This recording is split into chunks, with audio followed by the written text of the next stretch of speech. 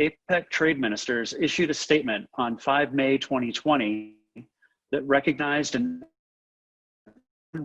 unprecedented challenges posed by the COVID-19 pandemic and outlined specific activities for APEC to respond to the health and economic crises.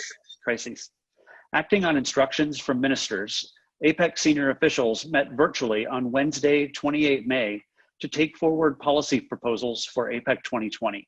The meeting was chaired by Malaysia's Deputy Secretary General of Trade, Hairil Yari Yaakob, and was attended by 21 economies around the Asia Pacific, a demonstration of their commitment to a multilateral approach towards mitigating the impact caused by COVID-19, the revitalization of the region's economy, and its secure growth going forward. Senior officials also exchanged views on APEC's core agenda for 2020. Today, we'll hear from Dr. Rebecca Santamaria, who is the Executive Director of the APEC Secretariat. She will comment on what steps APEC is taking to respond to COVID-19 to ensure the recovers and prepare for a future pandemic. Second, we'll hear from Dr. Denis Hew, Director of the APEC Policy Support Unit, which delivered its flagship publication, the APEC Regional Trends Analysis, or ARTA, yesterday to senior officials. The report is prepared biannually for APEC officials by the APEC Policy Support Unit and draws on data from the IMF, OECD, UN Conference on Trade and Development, and the World Trade Organization, among others. It takes into account regional GDP growth, inflation and monetary policy, trade performance, investment trends, trade and investment measures, and the near-term outlook, risks, and opportunities for APEC. After their remarks, both Dr. Santamaria and Dr. Hew will take a few questions. We kindly ask you to send your questions to us by using the Q&A tool at the bottom of the screen. We also thank those who some logistical. Please ensure your ID shows your name and news organization. The chat function will allow attendees to chat with the host. Please advise us of any technical issues by using this function. You can messages to the APEC Secretariat for help and we'll get in touch. Now, let's hear from Dr. Santamaria. Good morning, everybody. Good afternoon and good evening. Thank you very much for joining us today. Let me just give you a quick update on what has been happening in APEC. You know, as Michael indicated, the ministers issued their statement on the 5th of May, and what happened last night, or on the 28th of May, was the first virtual meeting of the senior officials to take forward the instructions of the ministers. What was important, what came through, was the need for a coordinated approach to this, to the pandemic, to especially focusing on recovery. The balance between lives and livelihoods surfaced in the discussion on the 28th. And clearly, there is will on the part of all the APEC member economies to move forward to ensure that we all come out of this together. We realize that it will not be overnight, that while we need swift action, we also realize that we need to work hard and harder to ensure that we get out of this pandemic in a better shape than we are in now. Swift action is important, coordinated action is important, and the discussion on the 28th also focused on how the region can make best use of the digital economy. You know, the aspects of improving the digital infrastructure. How do we encourage innovative ways to deal with pandemics as they arise, dealing with uncertainties that may surface from time to time. So what will happen going forward is there will be this conversation to see how we can have this coordinated approach. Plus, the Malaysian team, that is Malaysia as the host of APEC this year, will be looking at bringing together the ministers for a deeper conversation around what we can do going forward as a region. So there are plans in place. Malaysia shared with us the work plan for the year. Clearly, work has not stopped at all despite the pandemic. We are carrying on. The working groups are meeting. We had the tourism working group meet virtually to discuss ways that we can bring, that we can look at reviving the sector, how we can improve the lives of those involved in the tourism sector. So there's a lot of work that's still going on, and we will hear more as Malaysia and the rest of the economies put together the plans going forward. So I think I'll stop here, and I'm happy to take questions that you may have and pass it on to Michael or Dr. Denis.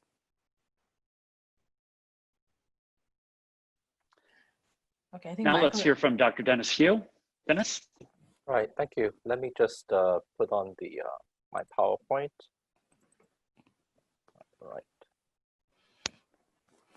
Right, thank you. Good morning, good afternoon, and good evening. So as Michael said, I would spend probably about 10 to 15 minutes to share with you our recent APEC Regional Trends Analysis report, which was released yesterday.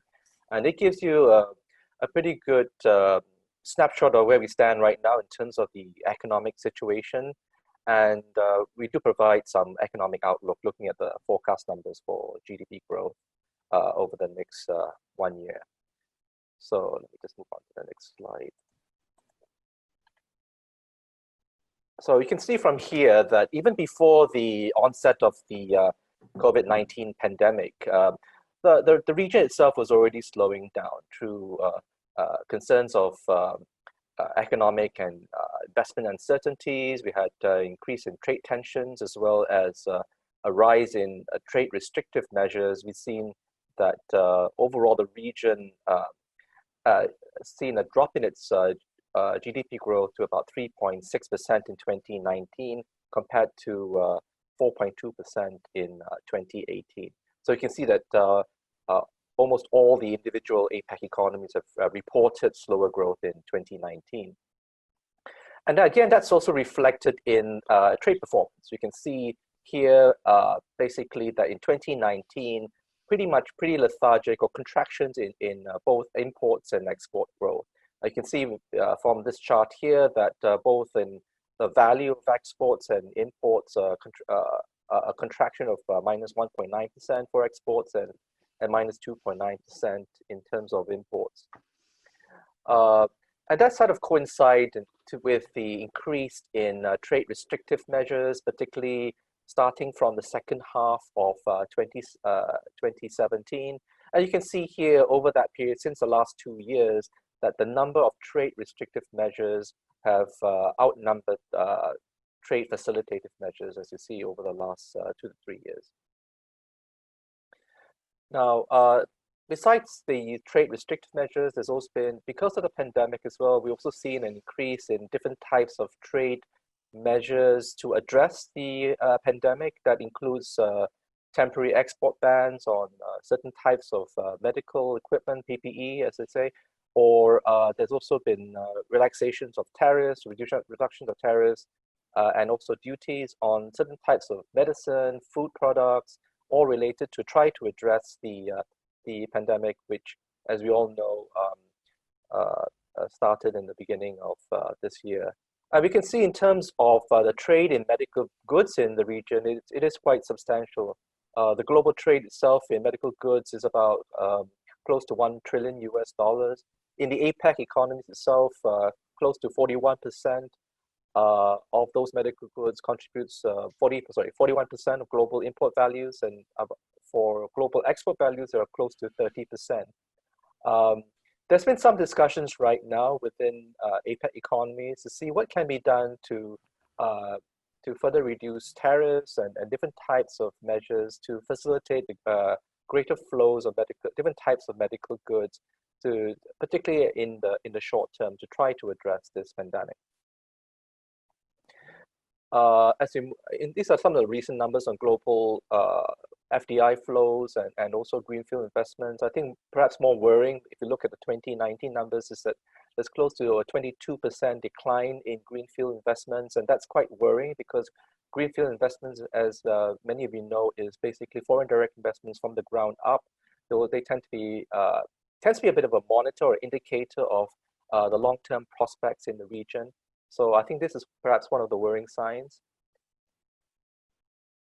I think we have seen a number of international organizations and others looking at this year being a pretty bad year in terms of economic performance. We've seen the IMF has just recently come up with their global forecast, revised downwards something like -3% for this year, with a recovery in 2021 of 5.8%. Well, in APEC itself, we're looking at a contraction of about 2.7% in regional GDP growth, and with a recovery on 6.3% in 2021. This, of course, assumes that right now that the pandemic would be effectively contained within the first half of this year. And there's also assumptions that we don't see a significant second wave of this pandemic. But gosh, we have to wait and see whether there'll be new developments related to the pandemic. Now, of course, if the situation gets worse, of course, we'll see the IMF as well as us, as well as other international organizations revising their forecasts downwards. We've also seen WTO looking at this year a drop in world trade growth ranging from 13 to 30+%. Global FDI flows forecast by UNCTAD as well for this year, pretty significant drop to 30 to 40%, pretty much reflecting this the economic slowdown that's been affected by this pandemic.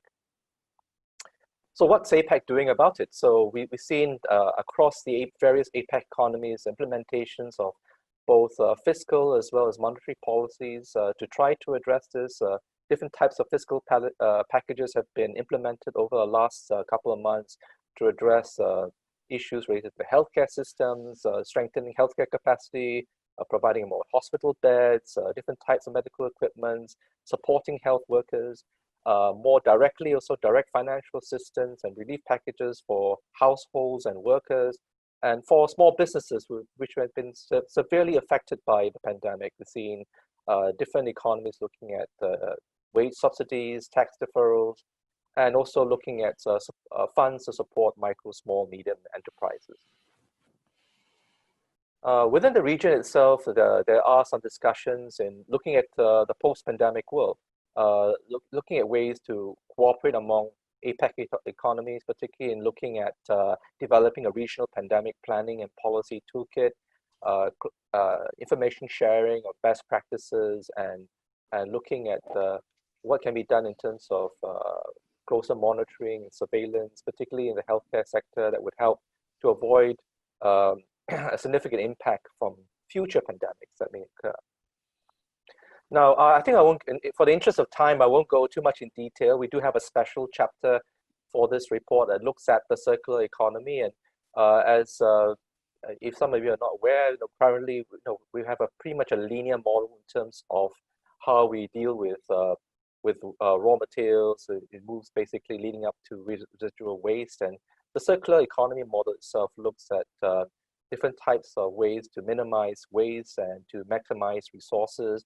And if you take a look at that special chapter as well, there's been some economies are beginning to take a circular economy approach to addressing the pandemic as well, looking at recycled materials and raw materials that can be used to make whether it's surgical masks or PPE or different types of medical equipment. So I think I'll stop here and welcome questions or comments. Thank you.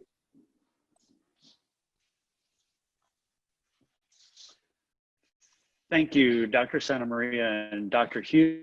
We have a question from Takashi Nakano. What could APEC, the recovery of the tourism sector, making a rule for movement of people, establishing a special fund? Can't hear you. Dr. Hew, Dr. Rebecca, would you like to take, Dr. Santa Maria, would you like to take that? Can you repeat the question, Michael? It was breaking up. You were breaking up. Sure. A question from Takashi Nakano. What could APEC do for the recovery of the tourism sector? Shall it make a rule for the movement of people or establish a special fund of some sort? Yeah. All right, thank you for the question. As I said earlier, the tourism working group was in fact the first to meet virtually from all the various APEC working groups. They were the first to meet virtually, and they discussed this. And it will take a long, it will take time before you have the confidence again. People have confidence and trust in traveling, even if the situation gets better. So, topmost will be health risk, and you will see travel restrictions, stringent checks and around the airports and all those. So there will be those restrictions, but they will be mainly to ensure health and safety of the travelers, of course. Now we have in place the APEC Business Travel Card. So foremost also it's to ensure that the business travelers are facilitated, right? So there is talk of creating bubbles, travel bubbles, but to have travel bubbles, you need to firstly ensure that there is mutual recognition of safety procedures, for example. So those things have to be put in place. There must be trust in the bilateral systems where the bubbles are created. So these are some things that are being discussed. You already see it happening between Australia and New Zealand, for example. Singapore is thinking of joining the Australia-New Zealand bubble. So these things are evolving, but more importantly, I think it's about streamlining processes, procedures to build trust in the system, so that travelers, business travelers feel assured of their safety, of their health when they embark on those travels again. Could I add a few statistics as well? I mean, in terms of the tourism sector, it's been severely impacted by the pandemic. In terms of job losses globally, we're looking at something like 50 million job losses, of which 60% of those jobs are in the Asia region. In the APEC region itself, the tourism and hospitality sector contributes something like close to 3% of GDP, as well as 3.8% of employment. So it's quite a significant impact. So as what Dr. Rebecca said, that as the economies recover, as the pandemic abates, we'll be slowly moving back to some greater travel by businessmen, by tourists, but it will be something that will take some time. Yeah.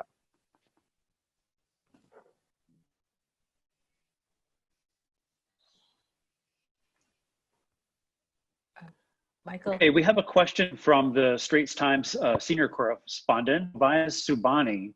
Obias, would you be able to unmute your mic and ask your question? Hello, can you hear me? Yes. A question from Straits Times correspondent. We can hear you. My first question is about supply chains. There has been, even in 2019, there was some issues about supply chains. And now, given the COVID-19 outbreak, that has been reinforced. Was there any discussion today about the supply chains and what role APEC can play in solving the situation, creating more durable, more diverse, more robust supply chains?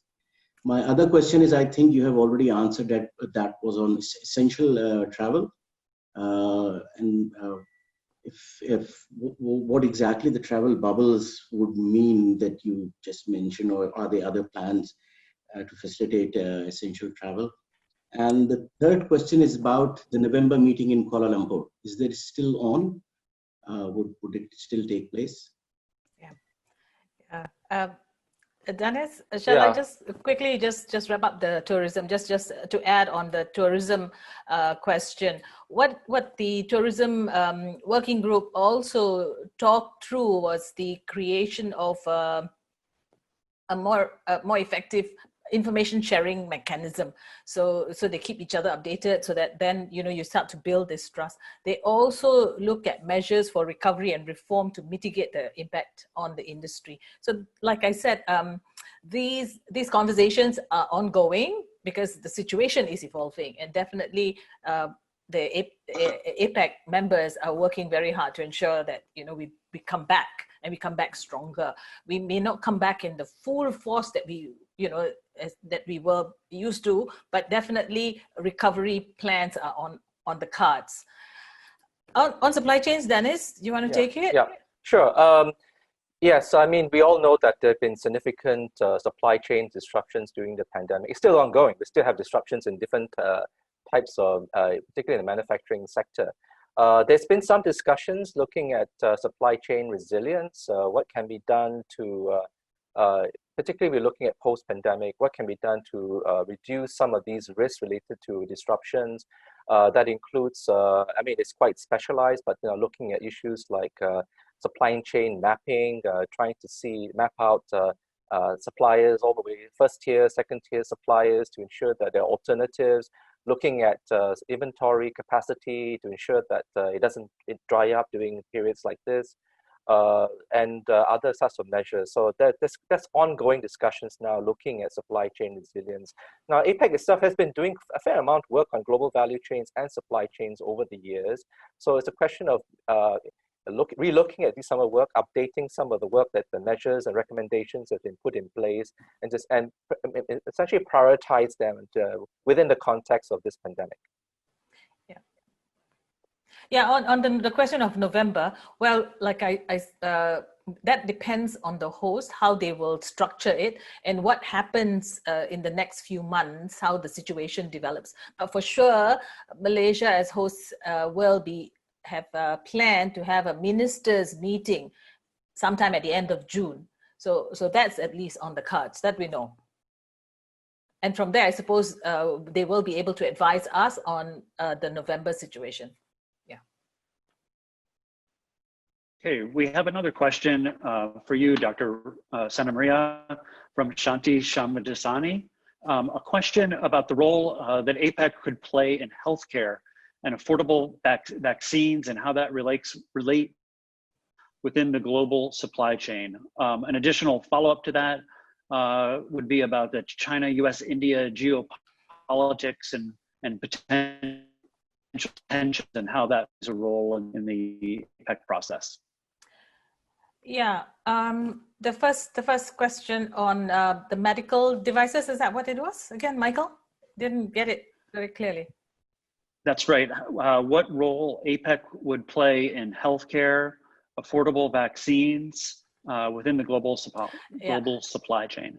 Well, the APEC is first and foremost an economic forum, and we work with the relevant organizations. APEC has the health working group, and they work very closely with their counterparts, whether it's the international counterparts, whether it's the WHO or the other relevant organizations, Ray Creston, et cetera, et cetera. So the work that we do is really in the context of collaborating with the other international organizations. We are not a scientific body as such, so therefore we depend and collaborate with and take advice from the experts in the field. Can I just add on healthcare as well? Right now, the APEC average, if you look at healthcare capacity, it's about 4.1 hospital beds, 1.9 doctors, and 3.9 nurses for every 1,000 people. So there's still a lot of work to be done in increasing healthcare capacity. The average percentage APEC economy spend per percentage of GDP on the healthcare sector is about just below 5%. So there's still a fair amount of work that can be done. As Dr. Rebecca mentioned, the health working group do discuss many of these issues, and I think one of the things that they may consider, as I mentioned in my presentation, is some sort of pandemic preparedness policy toolkit, which there we can have discussions on vaccines and other types of information sharing. Yeah, and just to add also, APEC has a supply chain toolkit to ensure the security of the medical devices. So that was developed subsequent to SARS, and it is still relevant. And what the working group is doing now is also reviewing that to ensure that it can be expanded and help in building capacity along the supply chain for medical devices. On the geopolitics question, again, the APEC is a forum that facilitates conversations. It is non-binding, unlike the WTO or ASEAN. So APEC then can play that role in facilitating conversations around some of the more challenging issues. But generally, our focus is on economics. And yes, we understand that sometimes, often actually, geopolitics gets in the way of economics. But what is important is that we have a platform for those kinds of conversations to take place in a very safe environment.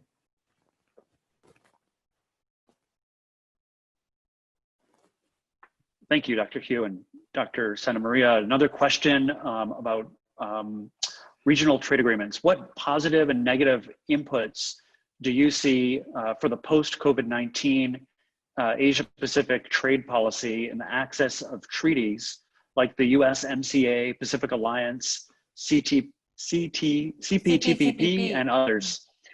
This is coming from Francisco Valencia from Mexico.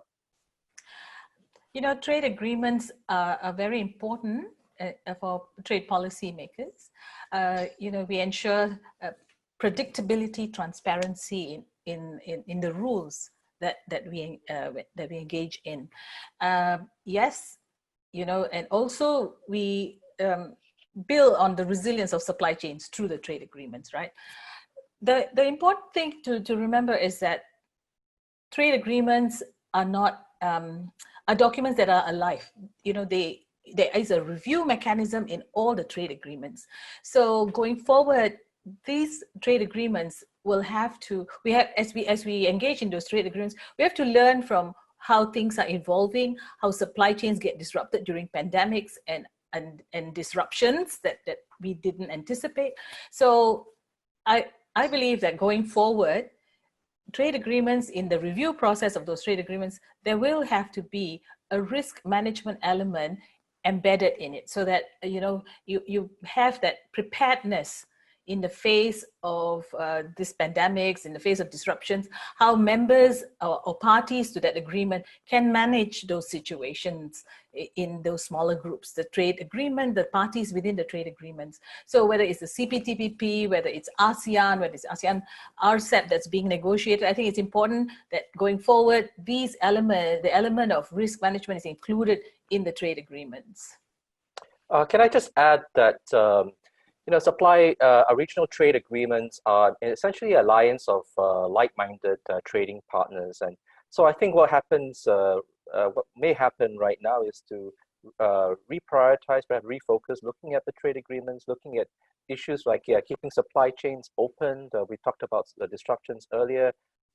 Maybe moving a bit more forward, looking at trade facilitation, what can be done to make it easier for goods to move across borders, addressing behind the borders. So these are some of the things that can be discussed and perhaps refocused, I think, with its context in mind. Yeah, and I think also the trade agreements will need to have a stronger element of the digital economy in it, a stronger element on mutual recognition agreements, so that even if we are like-minded economies that have come together, that there is still that continuous need to build trust in the systems that we have put in place. Okay. Dr. Hew, we have a question from APEC. Will the economy rebound within a year, or will it take several years? To what extent will the recovery be variable across APEC economies? And can you elaborate on the general shape and duration that you believe the recovery will take? Is it V-shaped or U-shaped or even square root shaped? Right. I think a lot of economists are still trying to work that out. I mean, surely it's not going to be a V-shaped recovery. That's what we saw, particularly if you look at, you go way back to the 1997, 98 Asian financial crisis. There was a V-shaped recovery, but this is not going to happen. And, this is a twin crisis. I mean, it's both a public health crisis as well as an economic crisis. Our forecast numbers, like the IMF, is essentially looking at kind of a U-shaped recovery. And these are, again, based on certain assumptions that this pandemic will be contained, particularly within the first half of this year. So that's why you're seeing quite strong economic numbers in terms of recovery numbers in 2021. But like I said, I think we have to wait and see for future developments to see whether how this pandemic will play out. If there's a vaccine that will be coming out soon, within the next 6 months to a year, then certainly we'll see that strong recovery. But if not, or we see a second wave of that pandemic coming into the second half of this year, then very certainly every one of us would have to revise our forecast downwards.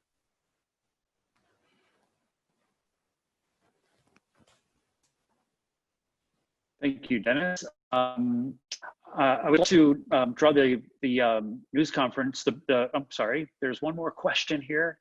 Excuse me. Oh, sorry.